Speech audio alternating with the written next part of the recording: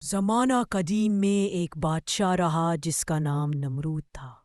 نمرود اپنی طاقت، حکم و حکومت اور غرور کی وجہ سے مشہور تھا۔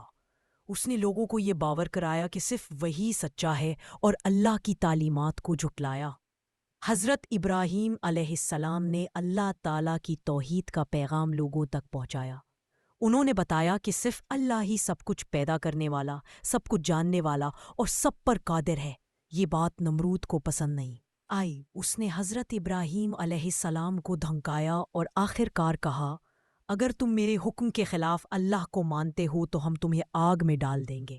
حضرت ابراہیم علیہ السلام اللہ کی طرف سے مطمئن اور بے خوف تھے۔ انہوں نے جواب دیا، اللہ کی مدد ہمیشہ میرے ساتھ ہے۔ نمرود نے آگ بھڑکائی، لکڑیاں جمع کرائیں اور حضرت ابراہیم علیہ السلام کو آگ میں ڈال دیا۔ لیکن اللہ تعالیٰ کی قدرت سے آگ ان کے لیے ٹھنڈی اور محفوظ ہو گئی، وہ بالکل بھی نہیں جھلسے۔ یہ معجزہ دیکھ کر سارے لوگ حیران رہ گئے۔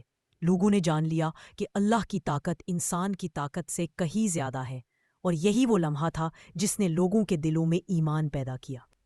یہ واقعہ ہمیں یہ سکھاتا ہے کہ جب اللہ کی رضا ہمارے ساتھ ہو تو سب سے بڑی آزمائش بھی آسان ہو جاتی ہے۔